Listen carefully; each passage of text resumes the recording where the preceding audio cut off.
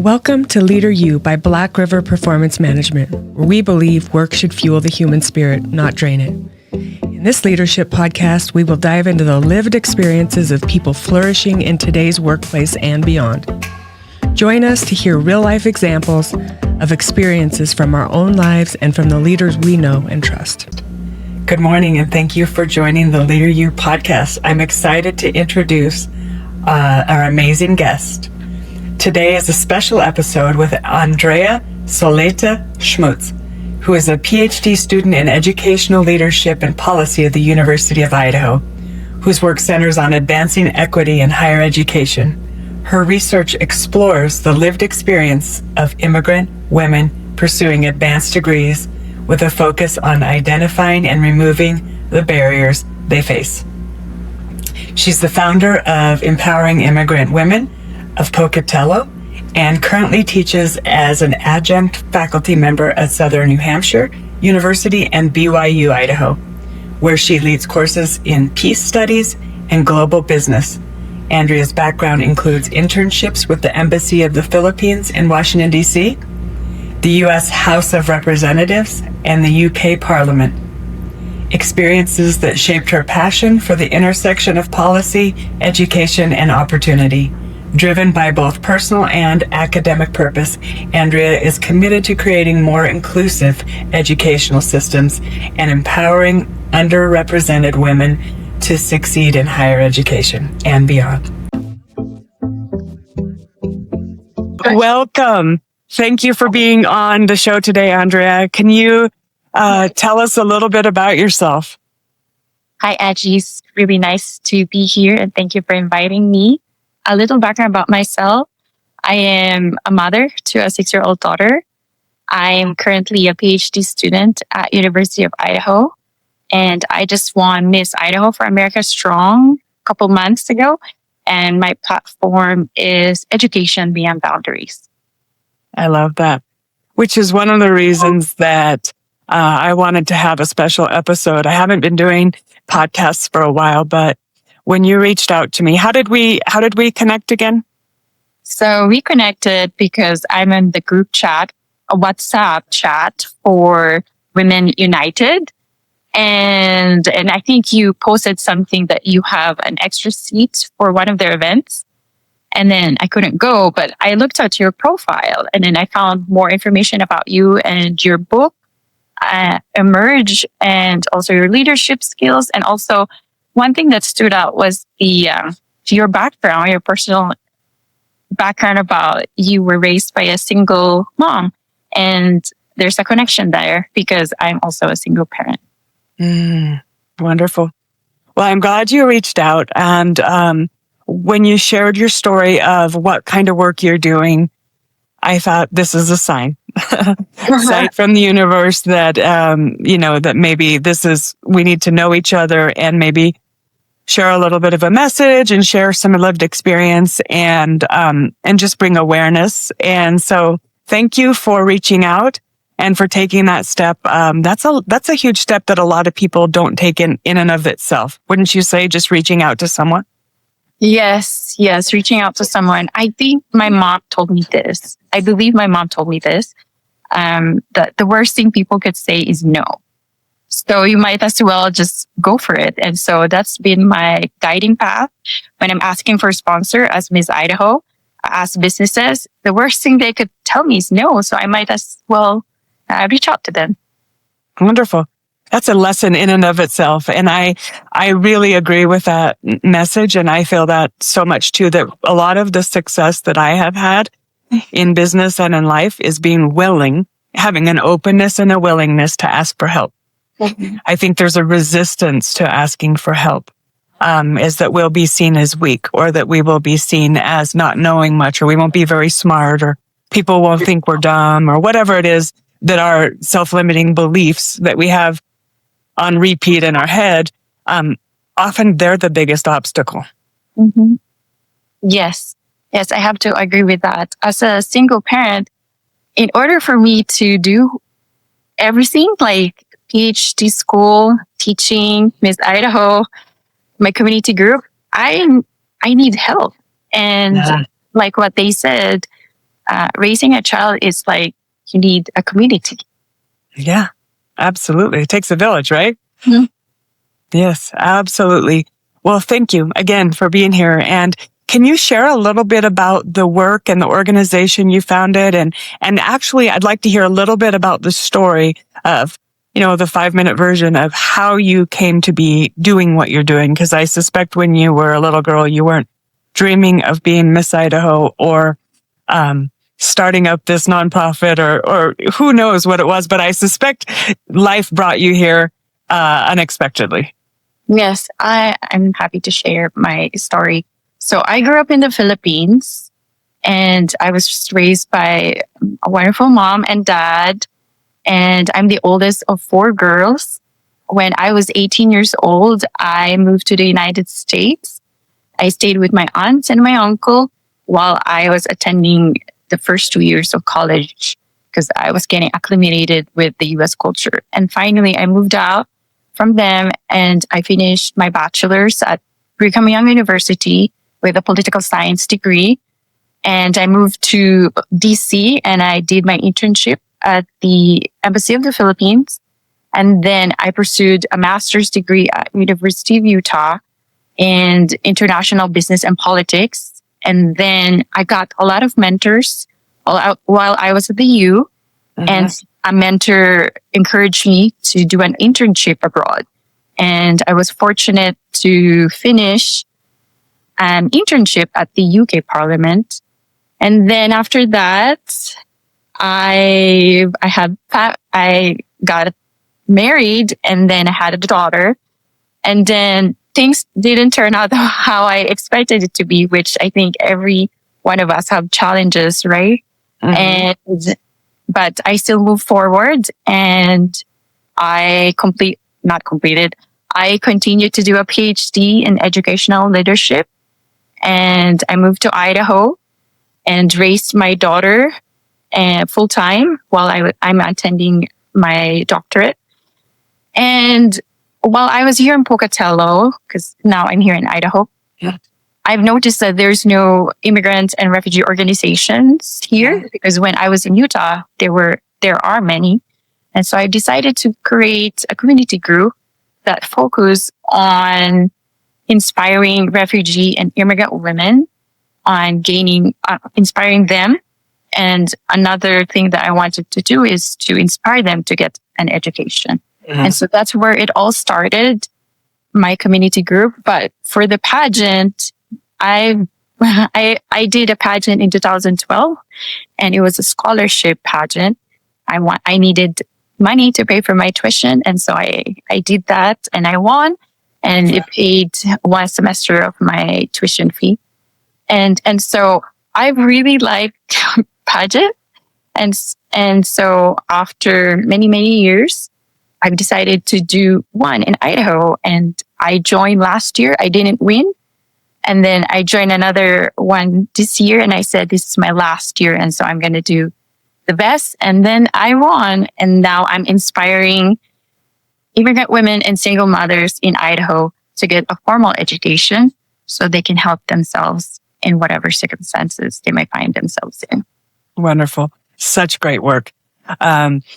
And I love that you focus on immigrants since we are all immigrants, but we're not born here in the US, right? And so that is a great niche of people that you can help because you have the lived experience. You know what it feels like. You've been in their shoes. You've walked the walk, right? Yes. So, in my book Emerge, I talk about how important education was for my success and how I had helpers and specifically my aunt and uncle who were very focused on me getting my education. And they didn't really have the language to share why the education was so important. But I know that when I decided to get married before I had my education completed, they were very upset with me, especially my uncle, because they were so fearful that if I were to get married, that I would stop my schooling. Mhm. And really what their fear was that I wouldn't be able to take care of myself if I got in a bad situation and into a controlling marriage or anything like that. And Mhm. so they didn't know how to say those things. He just kind of erupted with anger and, and things like that. So, but I do know that what he was telling me now made sense. And it is so important that you have your education and as a woman to be able to take care of yourself and to take care of your children if something should happen. None of us go into marriages that we think are going to end or that are going to become abusive or are going to become controlling or going to become something that we didn't think, right? And so I just think it's important that we are able to take care of ourselves if need be. Now, and that we have something that when our kids are raised, even if our marriage goes great and everything, and we stay home the whole time that our kids are being raised, if that's our choice, that at least we have something to turn to, because empty nester phase is a whole different thing too. Yes. And you have to have some kind of identity or purpose or mission outside of your kids, because eventually they leave the house. Yes, I agree with everything you said. When you were saying that, it reminded me of two people. So my mom, and she graduated with her bachelor's degree, and she has a happy marriage, and she's still married to my dad. Wonderful. But all of us are already out of the house, except my sister who has Down syndrome.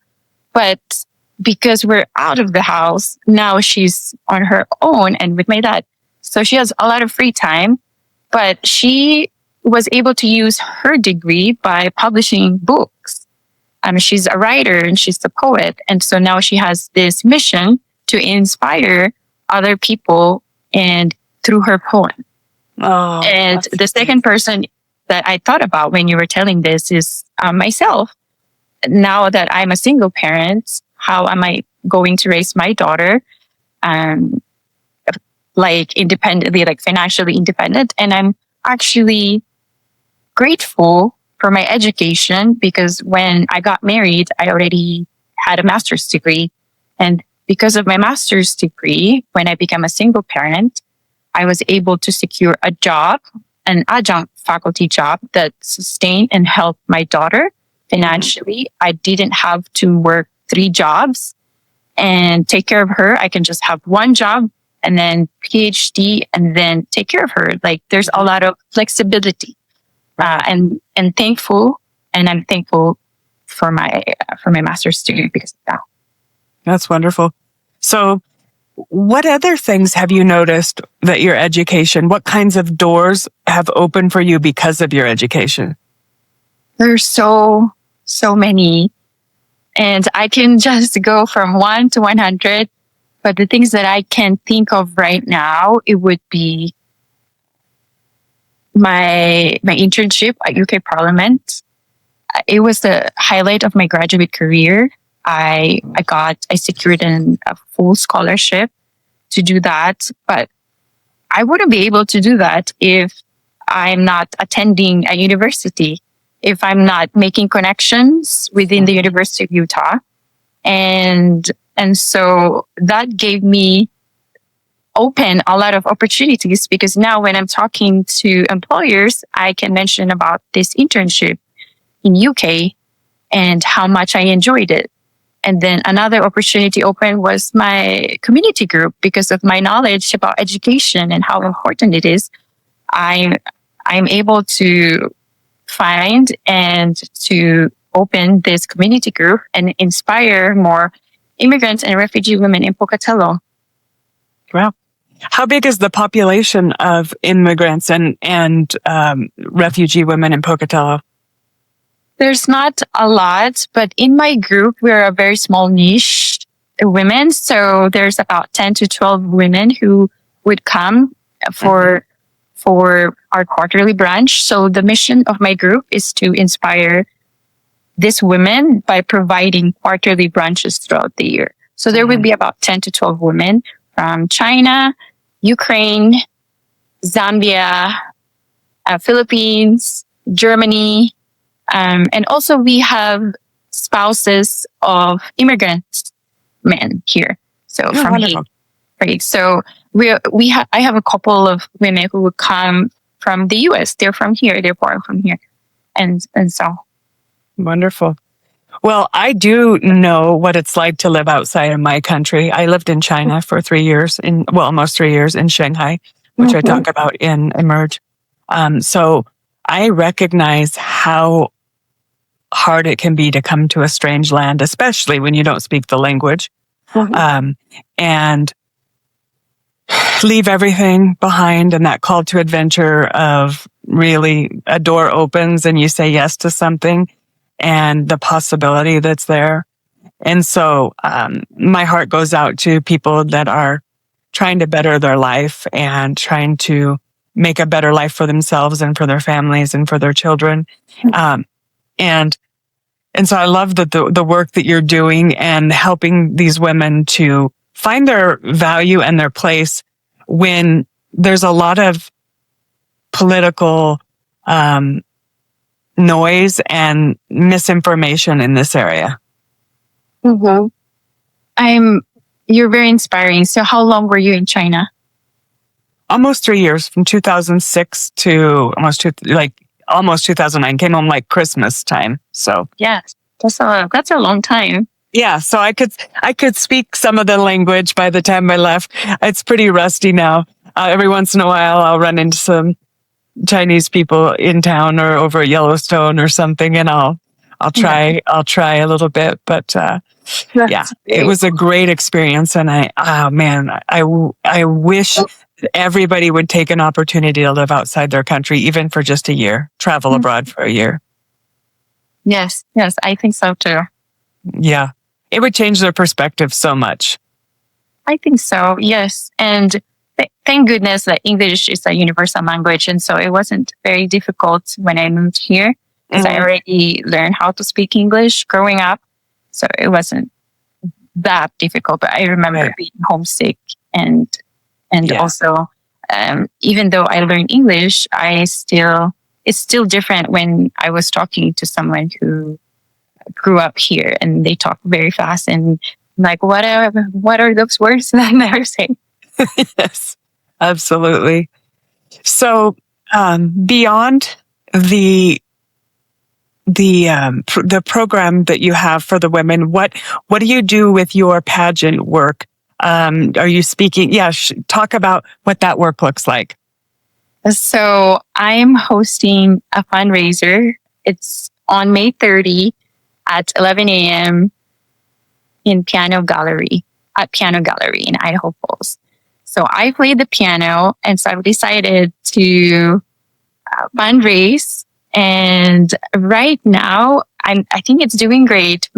I needed to raise $3,500. Now we've raised $1,680.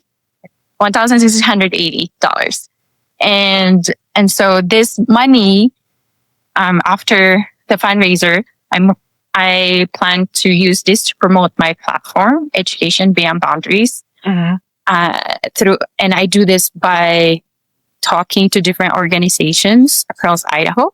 And most importantly, when I compete in August in nationals in Vegas, I will be able to talk about my platform to my fellow contestants and also to the judges. And so that's my biggest event coming up. But I've been doing a lot of appearances throughout the Eastern Idaho, talking about my platform. Wonderful. So I'm glad you're hooked up with Women United, and you are with Zonta as well as Region 8. So I hear you're going to be talking for them. I'm also a member of Zonta, and I'm actually speaking at the national conference in Canada, in Vancouver in July. And I'm speaking on when life quakes, difficult transitions that come, like moves, divorce, death, disease, the things that we don't expect that kind of turn our world upside down. And so that's what I'm going to be doing, 2 breakout sessions with exercises that come from my book. And I'm really excited about that. And it's important to me to help to support women because oftentimes, because they're the child rearer in most instances, sometimes they get more burden as it relates to not being able to get their education, or if there's climate injustice or things like that, then that's when women get put into sex trade and things like that. And so these are things that people don't know about. And it's important to raise awareness to, marginalized communities. Mm-hmm. Yes. That's so inspiring. So if there is a couple of sentences that you can provide on how you can help women transition in this big life challenge, like whether it's moving or getting married or being a single parent again, what would you tell them? Oh, that's a good question. I think the first thing is finding their community. And Andrea, you're creating that community for women. So finding women, men, women need men, good, amazing men. Yes. Men that treat them well, men that want to see them be successful. Like, I have a great husband. I have a great son who's amazing to his wife and to his daughter. But you have to trust your intuition and then walk away when you know that it's not healthy, right? Mm-hmm. And so when you have a good, supportive men in your life and also supportive women in your life, asking for help is the first thing you need to get good at. And the second thing you need to get good at is rejection, being rejected. Get good at it to the point where it doesn't bother you. It's not about you. Yeah. It's not the right person. It's not the right door. Mm-hmm. Instead of taking it personal, think about it as just not the right door, not my person, not my people. Maybe there is a grand plan for you, and God has a plan, or the universe has a plan for you, and the right doors open and the wrong doors close for a reason. And so instead of taking it personal and having it affect your sense of self or your sense of worth, just see it as not my door. It's something I wanted, but it didn't want me. So obviously there's something else. So I would say find your community, find, your courage to ask for help, and courage to emerge. It takes courage to emerge. It's easy to continue to do the same thing. If it wasn't so hard, more people would be doing other things. It's easy to get stuck in stagnant, and it takes courage to get out of that. That's wonderful. When you're saying that, it made me think about the first one is like being okay with rejection. And I think it's so important. They call it resilience, right? Yes. If you keep getting rejected, but you keep coming back, you're like, well, this one didn't work out, so I'm going to try this one. And you become more resilient. And I've also remember, like, if you don't know how to start, like being rejected, there's like a suggestion. You can go to the grocery and get a gallon of milk, and then ask, for example, there's like a team, like it's about to expire. You go to the cashier and say, hey, can I get $1 off? Because it's going to expire in a couple of days. And then that's like how you actually like start, or applying for jobs that actually won't, you're not that qualified. And then just getting used to keep getting rejected. Yeah. And I think that's ask somebody out on a date that might reject you too. That's a bigger one, right? Yeah. But it's good. Or ask somebody out to coffee or say you see somebody that you'd like to mentor you. Ask them if you could take them to coffee and just hear, or have a conversation with them, and realize that sometimes people aren't going to it, or it's not going to be of interest, but you don't know. The worst people can say is no, right? Yes. Yes. And I've experienced all of the rejection and all of the opening doors and closing doors when I am asking for sponsorships for my fundraiser, and also when I was applying for jobs before. Right. Same thing with my podcast. I ask for sponsorships. I get rejections. I would ask certain people to be on the podcast, not, get rejections, but also there was doors that opened that I didn't think would open. So it's the same kind of thing where it really is taking action. I really do believe that action kills fear. I talk about that a lot in my book. Action does kill fear. And so, even if you don't know what to do, take the right next step, the next right indicated step. So I know what I can do today. What could I do towards this thing? I could make 3 phone calls or 5 phone calls. And even if I get rejected, that's okay. Hopefully I can get one of them. Right. And so set the goals of what you want to do, what you want to accomplish, and then be okay with a large percentage of these are going to be no's. And that's normal. It doesn't mean you're doing anything wrong. It's part of life. Yes. And hardship is part of life, right? Yes. Yes. Yes, it's part of life. And that's how we grow. I feel like if we get out of our comfort zone. Yeah, absolutely. You can't grow if you stay inside your comfort zone. So, well, do you have any questions for me as it relates to your organization, or how we could collaborate as it relates to empowering women, because we're both aligned in this, and bringing awareness and light to the situation and where we are right now in our country? That's a really big question. Yeah. So how can I think I'm trying to remember. So how can we collaborate together on how we can empower women? I think for me, I have to go back to my mission or my goal. And my goal is to inspire immigrant women and single mothers to get a formal education so they can help themselves in whatever circumstances they might find themselves in. And I hope that by doing these appearances, the women in my group can see that I am going above and beyond. And I hope that my examples to them can make a huge impact, and that it will inspire them to get a formal education. And I've already noticed with one of my friends who's from China. She's planning to get a bachelor's at Idaho State University this coming fall. And I've been inspiring her and just motivating her to complete her GED. And I think she's almost done. And so hopefully with my examples, I will be able to inspire these women. Wonderful. I love that. I think the same thing. And that's one of the reasons I wrote the book.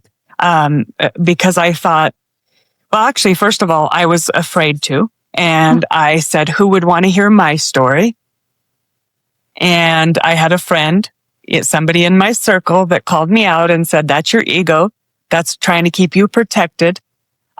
What if you changed that? What if you flipped that script into how could your book help other people? So when I started to see it through that lens, then I see it as an offering versus who am I? Who am I to write a book? Who am I to run for Miss Idaho? Who am I to think I can get an education? All of those kinds of things that our brains do. Instead of thinking like that, I've had mentors who say, "Who are you not to? If not me, then who?" Right? And if I don't do it, then I'm not creating or putting in anything into the world that's actually helping me live out my mission and my vision of leaving people better than I found them. So, what I hope to do is share my experience, and I know that it will land well with some people, and some people it won't be for them, and that's okay. Yeah, that is okay. Yeah, absolutely. You said something there about Are you a first generation college student? That's one thing I have a question about. No, my parents graduated with a bachelor's degree. Okay. But I am the first in my family who received an advanced degree. Yeah, wonderful. That's great. I am a first generation college student. And I am actually an ISU alumni and a Boise State alumni. I'm actually a North Idaho College alumni, Boise State, and ISU. And I've worked for U of I too in the summer for helping educators. So education has changed my life, and I wouldn't be where I am today if I didn't not only have the education, but the connections that I got along the way and the skills that you learn in college that are outside of the academic studies and the way it teaches you to think. Yes, absolutely. I think you got it correctly. So I think sharing our stories like this is going to encourage, inspire, and influence women that are on the fence about should they do, if they're having a call inside, life is calling them to go back to school and to get a degree. And it doesn't need to be a degree. It can be a technical program certificate. So education to me is any type of skill that you are going to get paid for. And it could be welding. It could be electronics. It could be automotive. It could be, anything. I went into a CTE program. They're called Career and Technical Education, but I was a surgical tech, and that is what is considered career and technical education. Yeah. And so you can get 1 and 2 year certificates that pay well, and that starts off your education. And that's a great stepping stone to get to. Maybe you do decide that's what you want to do and you stay in that role. But for me, once I started down that path, I always wanted to continue my education. I found that I love learning. In fact, if I could learn all the time, it would be my full-time job. As a consultant and a coach and a facilitator, I am learning all the time, but it's not formal. I have to do the work myself, right? Mm-hmm. I have to agree with you. That's the vision of the Empowering Immigrant Women, is to build a formal education. And a formal education can be a technical education, a 2-year degree, something that will help you to propel yourself with higher salary, or even if it's not for higher salary, just for yourself. Like, what do you really want it to do? Doesn't matter if it's like bachelor's in history, right? Or bachelor's in music, if that's what you really wanted to. Right. Well, I'll tell you, I have 2 kids. My son and my daughter-in-law have a bachelor's in musical theater. And it's actually opened wonderful doors for them. My son works at Boise State at the Morrison Center, and he's got a higher degree now too. So and then my daughter-in-law, she teaches music lessons and voice lessons out of her home because they have a little baby. And so it's one of those things that I'm proud to have. Even my daughter has a degree from ISU too. She's a licensed social worker. And so to go from being a first generation college student, then to have 2 of my kids graduate and my daughter-in-law graduate, and all of them have degrees and all of them are taking care of themselves. With some hiccups along the way. It's hard in your 20s, very hard in your 20s. Things are super expensive, especially trying to live in Boise. But it's one of those things that I'm super happy that they have that, because I know that they have a way to make a living. If, they can sustain themselves. Yes, sustain themselves and also be independent and not worry about what's going to happen next. So it feels really good as a parent too, to know that your kids have skills that can help them propel themselves. And then if they want to take the next step, obviously we would love to try to help and support them to next steps. But you have to have some sort of base. Yes. Otherwise, you're competing against so many people that have that. And if you don't have formal education, even if you have the skills, you're going to be beat out by the people who do. Mm-hmm. Yes. And it's we live in a very competitive world. Yeah. And so you're looking at not only building the skills, but putting yourself in a place where you would come to the top of the resume stack instead of be rejected because you didn't meet the minimum right out the gate. Because the algorithm from the AI says, nope, you didn't have this. Check, right? Yes, yes. But it's not just a piece of paper and a document like people talk about. It is a life-changing experience in a way that it teaches you how to think. It teaches you how to connect. It helps you to have a network of people. When I moved to Boise from North Idaho, my community was St. Luke's Hospital and Boise State. Mm-hmm. And I was surrounded by, I want to just say like a little shell or a community that was a protective barrier for me to nurture. It was an atrium for growth for me, where the people there wanted to see me succeed, and they gave me tools, they helped me, they gave me feedback, they helped me do things that I didn't know how to do, and my parents didn't know how to do because they'd never done.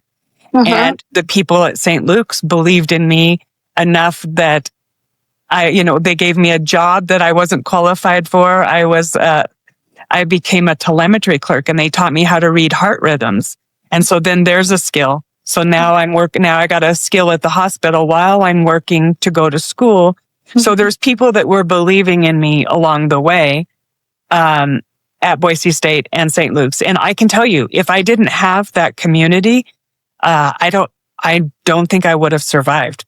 So I needed the community because I was coming to a new community, 19 years old by myself. I needed people to support me and help me and lift me up. And that is what I got. Of course, there was people who didn't as well, but I found you just need a few lifelines and a few people that really see your potential when you don't see your potential. Yes. Going to school, whether it's a technical college or a vocational or a college degree, open doors, opportunities for me that I would never get if I didn't. It could be friends, lifelong friends, social skills, and how to talk to people and how to live by yourself, and also how to save money, because when you're a college student, you're poor, and also mentors, lifelong mentors. So there are many benefits in getting a formal education, not just for the degree itself. Yeah, absolutely. For me, but I feel like a lot of people have different personalities. A lot of people have different background and so experiences when they attended college. And so I couldn't speak for everyone, but for me, those are the benefits that I've received. Me too. That's my lived experience as well. I'm not saying everybody needs to run out and do that. I'm just sharing that it's been super helpful for me, and it's created generational impact in my family. It's not just about me. It is about my kids, and now they're doing it. Now they know. And then, it becomes more of a way of being in our family now, that this is kind of the expectation that we'll all continue to go to school and support each other, because we know the importance of it. And we will help each other. If they're in school, they're going to need help. They're going to need extra.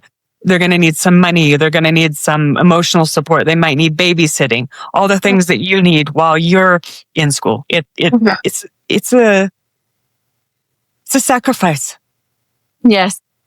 I hope I agree with you. Yeah. Yeah. So, I would like to finish with, if you had wisdom or something you'd want to share with any woman, immigrant or not, that is considering going back to school, but is afraid, or maybe has a partner that isn't supportive of them going back to school, what would you say to them? I would say to them that start first by asking questions to the school that they wanted to apply, right? Or what's their goal in life? I think that's the one thing I should ask them. What's your goal? And if your goal is to get a degree, then do research. Do your own research on how to get the degree. And then once you do that, if there's someone who's not very supportive of you, you tell them the truth. You tell them what's your feelings and why this is important to you. And you say that in a very calm and nice manner. Mm-hmm. And hopefully they will, once you talk to them how you feel and what your goal is, and I'm sure they'll be also supportive of you. But for me, what's your goal? What's your mission? And for me, I want to be a professor someday. And in order for me to be a professor, I have to get my PhD. Uh-huh. And after that, I did all my research and then I asked people for help, community, family members, and ask them like, how are you going to be able to take care of my daughter while I'm going to school? And so I think those are the most important things. Start first. What's your goal in life?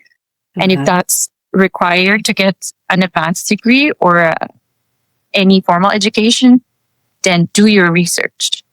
Find anything that requirements that needs you to be accepted for that. And then 3 is just finding support from people around you. I love that. One thing that's been coming up recently with the new age of AI is that college degrees are not needed because of AI, and AI is going to take people's jobs. And that's a whole nother topic for another time. Maybe we could have a podcast about that. But my husband is a professor at Idaho State University too, in the organizational learning and performance program. And he's got a blog around AI and what he sees and what are things. So if somebody is considering and you've got questions about AI, he's writing specifically around the AI topic and how to research and what kinds of questions to be asking at universities, and make sure that they're teaching you how to use AI and how to think with it versus so that they're integrating that into their programs. So AI is something to be consider, but it's also it's going to be a part of the equation. And the more human skills that you develop, those are going to be more needed in the future, because as we move to more technologically advanced and more AI stuff, then the human skills are going to be, even the humanities. STEM was super important, but now we know that humanities and emotional intelligence and communication and all these skills are becoming, they've been put on the back burner and they can't stay there. So being in communication, being in degrees where we're human resource development, where we're helping people to develop our people inside of organizations, that's where Rob and I flourish, is helping people to develop the people inside the organizations, because organizations don't change unless their people do. And if you're not growing and developing your talent inside your organization, it's not going to be sustainable. Yes, I think AI on education would be a different podcast. I have to agree. Absolutely. And I'm not qualified. I can just tell you there are people I can send you down to resources. And I'd like to put some links in this podcast to your website, to your fundraiser, all that. And I'll also put the links to the AI blog, because there's not a lot of people talking about this space in higher ed. And it's important stuff to be integrating it into your programs and teaching your students how to use it, what garbage in, garbage out looks like. And so I'm grateful we had this conversation, and I wish you well. If I am in Eastern Idaho at the end of May, I'd love to attend your event. Any final words you have for the listeners today? No, but I just appreciate talking about education and about my passion to this podcast. Thank you. Wonderful. Thank you.